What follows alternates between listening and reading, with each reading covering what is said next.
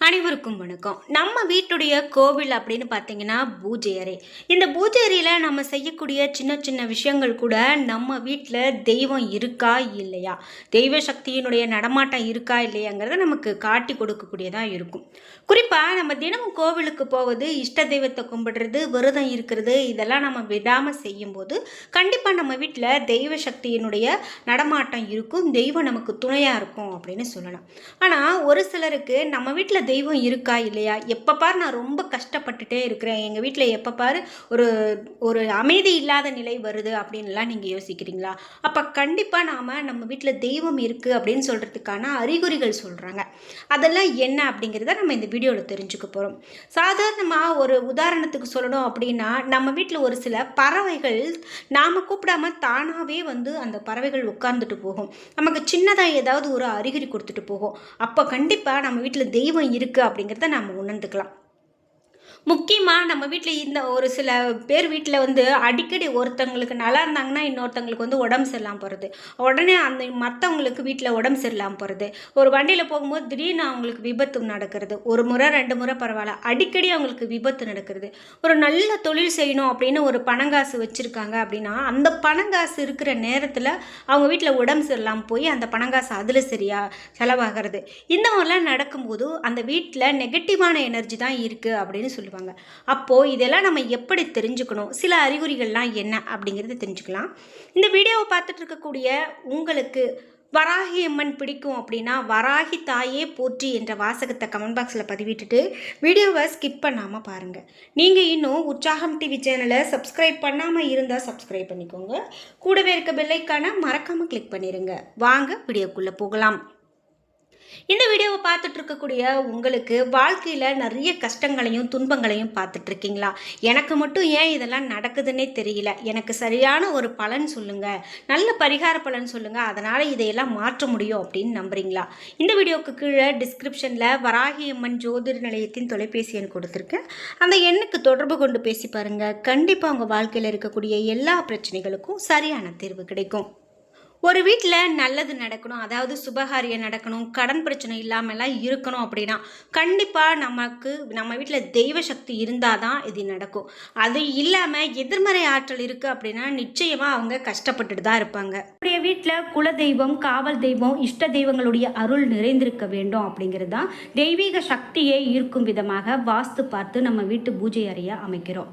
தெய்வீக அருள் அப்படின்னு பார்த்தீங்கன்னா, நம்மளுடைய வீட்டில் குடியேற பூஜை அறை மட்டும் சரியாக திசையில் இருந்தால் போதாதுங்க. தினமும் நம்ம விளக்கேற்றுவது, தீப தூப ஆராதனைகள் காட்டுறது ரொம்ப முக்கியம். குறிப்பிட்டு மந்திர ஜபம் செய்வது, இதனால தான் நம்ம வீட்டில் இருக்கக்கூடிய தெய்வ படங்கள் அல்லது சிலைகளில் தெய்வீக சக்தியை கொண்டு வந்து நிலைநிறுத்த முடியும்.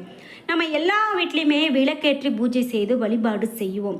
ஆனால் ஒரு சில வீடுகளில் இந்த பூஜை அறையில் தீபம் ஏற்றி வழிபாடு செய்வது அதிகமாக செய்ய மாட்டாங்க. அது ரொம்ப தவறான விஷயங்க. முடிந்த வரைக்கும் தினமும் காலையிலையும் மாலையிலையும் நம்ம பூஜை அறையில் தீபம் ஏற்றி வழிபாடு செய்வது நல்லது. அப்படி முடியலையா, வாரத்தில் ஒரு 2-3 நாளைக்காவது நம்ம வீட்டில் விளக்கேற்றி வழிபாடு செய்வது ரொம்பவே சிறப்புங்க. நம்மளுடைய வீட்டில் தெய்வீக சக்தி இருக்கா இல்லையா அப்படிங்கிறத நம்ம எப்படி தெரிந்துக்கலாம் அப்படிங்கிறதுக்கும் பார்க்கலாம். அதுக்கு நிறைய வழிகள் சொல்லப்பட்டிருக்கு. சில குறிப்பிட்ட அறிகுறிகள் அல்லது நிகழ்வுகள் நம்ம வீட்டில் நடந்துச்சு அப்படின்னா கண்டிப்பாக வீட்டில் நல்ல சக்தி இருக்குது, அது தெய்வீக சக்தி நிறைந்திருக்கு அப்படின்னு அர்த்தம்.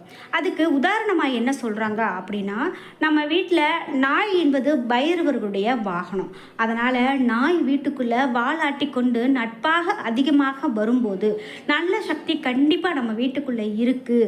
அதுதான் அதற்கான அறிகுறி அப்படின்னு சொல்லலாம். அதே போல் பறவைகள், காகம், குருவி, கிளி, புறா இவையெல்லாம் அதிகமாக நம்ம வீட்டுக்கு வருகிறது அப்படின்னா அது மிக பெரும் நன்மை அப்படின்னு சொல்கிறாங்க. குறிப்பாக புறாக்கள் வந்து போகுது அப்படின்னா தெய்வீக அருள் நிறைந்திருக்கிறதா அர்த்தப்படுது. இதே போல் பல்லிகளுடைய நடமாட்டம் நம்ம வீட்டில் அதிகமாக இருக்குது அப்படின்னா அந்த பல்லிகளுடைய வால் கருப்பு மற்றும் வெள்ளை நிறமாக இருக்கிறது அப்படின்னு சொன்னாலும் அது மிகவும் நல்லது. நம்ம வீட்டில் பல்லிகளுடைய நடமாட்டம் இருந்தாலே அங்கே குலதெய்வம் இருக்கிறதாகவே அர்த்தப்படுது. நம்ம வீட்டில் பூஜைகள் எதுவும் செய்யலை அப்படின்னு சொன்னால் கூட ஊதுபத்தி சாம்பிராணி வாசனை கண்டிப்பாக வரும். இது எப்படி நாம் ஏற்றி வைக்காமல் எப்படி வாசம் வரும் அப்படின்னு கேட்கலாம். ஆனால் நிறைய பேர் இதை உணர்ந்திருப்பீங்க. திடீர்னு நம்ம வீட்டில் எங்கேயோ ஊதுபத்தி எரியுதோ, சாம்பிராணி வச்சுருக்காங்களோ, சந்தன வாசம் வீசுது, விபூதி வாசம் வீசுது அப்படின்னு, அதாவது தானாக இந்த வாசம் வரும். இதுதான் தெய்வீக மனம் அப்படின்னு சொல்லுவாங்க. இந்த தெய்வீக ஆற்றல் நம்ம வீட்டில் இருந்தால் மட்டும்தாங்க கண்டிப்பாக இந்த வாசனையெல்லாம் நம்மளால் உணர முடியும் அப்படின்னு சொல்கிறாங்க. குறிப்பாக பசு நம்ம வீட்டுக்கு வர்றது மிகவும் நல்லது. வீடு சுத்தமாக துர்நாற்றம் இல்லாமல், சமையலறை மற்றும் குளியலறை தண்ணீர் இல்லாமல் இருந்தாலே அந்த வீட்டில் நிச்சயமாக தெய்வ சக்தி இருக்கும் அப்படின்னு அர்த்தப்படுது. அதாவது என்ன சொல்கிறாங்க அப்படின்னா, வீட்டில் துர்நாற்றம் இல்லாமல் இருக்கணும் அப்படிங்கிறது முக்கியங்க. நம்ம வீட்டை ஒட்டடை அடித்து முதல்ல நம்ம எப்போவுமே முழுமையாக சுத்தமாக வச்சுக்கிறது நல்லதுங்க. பூஜை அறையும் முழுக்க முழுக்க சுத்தம் செய்கிறது சிறப்பு. வீட்டை கல்லுப்பு சேர்த்த தண்ணீரால் நம்ம முதல்ல சுத்தம் செய்கிறது எதிர்மறையான விஷயம் எல்லாத்தையும் எடுத்துகிட்டு நமக்கு நேர்மறையான சக்தியை கொடுக்கும் அப்படின்னு சொல்கிறாங்க. நல்ல தண்ணீரை கொண்டு நம்ம சுத்தம் செய்கிறது நல்லது. நம்ம வீட்டில் இருந்து நல்ல வாசல் வர தலைகீழாக புரட்டி போட்டு வீட்டை சுத்தம் செஞ்சுட்டே ஒரு பாத்திரத்தில் சுத்தமான நல்ல தண்ணியை எடுத்துக்கோங்க.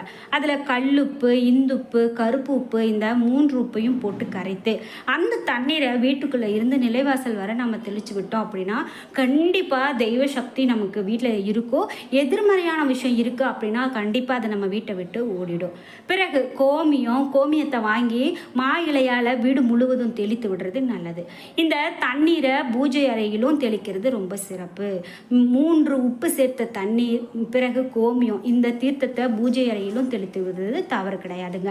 பிறகு மணக்க உங்களுடைய வீட்டில் தசாங்கம் ஏற்பட வேண்டும் அப்படின்னு சொல்கிறாங்க. அதாவது தசாங்கம் வெறும் வாசனையை மட்டும் கொடுக்கக்கூடிய பொருள் இல்லை, நம்ம வீட்டில் இருக்கக்கூடிய கெட்ட சக்தியை, எதிர்மறை ஆற்றலை வெளியே விரட்டக்கூடியதும் கூட.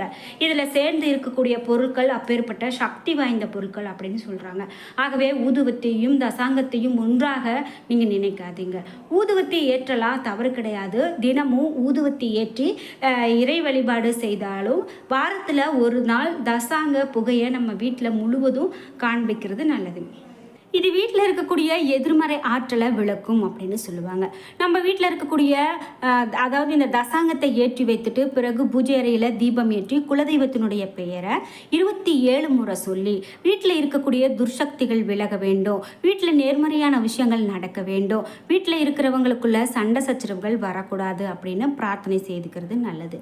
மனதார இந்த வேண்டுதலை வைத்துவிட்டு உங்களுடைய பூஜையை கற்பூர ஆரத்தி காண்பித்து நிறைவு செய்துக்கிறது சிறப்பு. வாரந்தோறும் வரக்கூடிய வெள்ளிக்கிழமைகளில் இந்த மாதிரியான பரிகாரங்களை செய்து வந்தோம் அப்படின்னாவே நம்ம வீட்டில் எப்போதுமே சுபிட்சம் பெருகும். வீட்டில் லக்ஷ்மி கடாட்சம், தெய்வ சக்தி நிறைவாக தங்கும். ஆன்மீக சொல்லும் இந்த எளிமையான பரிகாரத்தை நம்ம செய்கிறது ரொம்ப ரொம்ப நல்லது அப்படின்னு சொல்லலாங்க. நீங்களும் இப்படி உங்கள் வீடுகளில் இந்த மாதிரியான பரிகாரங்களோ அல்லது தெய்வ சக்தி அதிகமாகிறதுக்கு என்னெல்லாம் செய்வீங்க அப்படிங்கிறத உங்களுடைய கருத்துக்களை கமெண்ட் பாக்ஸில் பதிவிடுங்க. செவ்வாய்க்கிழமை நாட்களில் நம்ம எப்படி வழிபாடு செய்யலாம், வெள்ளிக்கிழமை நாட்களில் என்ன மாதிரியான வழிபாடுகள் செய்யலாம், இது எல்லாம் உங்களுக்கும் தெரியும் அப்படின்னா மறக்காம கமெண்ட் பாக்ஸில் பதிவிடுங்க. இதே போல் மகாலட்சுமியை வழிபாடு செய்கிறவங்க மகாலட்சுமி கவசம் செய்யக்கூடிய பொருட்களை வைத்து வழிபாடு செய்கிறது ரொம்பவே நல்லதுங்க. மகாலட்சுமி வாசம் செய்யக்கூடிய பொருட்களை வைத்து வழிபாடு செய்யலாம். அதில் கல்லுப்பு, தாமரைப்பூ, முத்து, ஏலக்காய், கிராம்பு, பச்சை கற்பூரம் போன்ற பொருட்களை எல்லாம் வைத்து வழிபாடு செய்யும் வழக்கத்தை வச்சுக்கலாம். அந்த பொருட்களை மிகவும் முக்கியமாக குறிப்பிட ஒரு பொருளாக திகழ்வது தான் வில்வ பழம் அப்படின்னு சொல்லலாம். ஏனென்றால் மகாலட்சுமி தாயார் வில்வ மரமாக இருந்து சிவபெருமானை வழிபட்டு தான் இழந்த அனைத்து ஐஸ்வர்யங்களையும் பெற்றார் என்றும் கூறப்படுது. அதனால் வில்வ மரமே மகாலட்சுமியினுடைய அம்சம் என்றும் சொல்லப்படுது. அப்படிப்பட்ட வில்வ மரத்தில் இருந்து கிடைக்கக்கூடிய வில்வ பழத்தை வைத்து மகாலட்சுமியினுடைய ஒரு மந்திரத்தை கூறி வழிபாடு செய்தோம் என்றால் மகாலட்சுமி நம்ம வீட்டுக்கு வந்து செல்வ செழிப்பை வாரி வழங்குவார் அப்படின்னு சொல்லலாம். இந்த வழிபாட்டை வளர்பிறை வெள்ளிக்கிழமை அன்று ஆரம்பிப்பது என்பது மிகவும் சிறப்பு.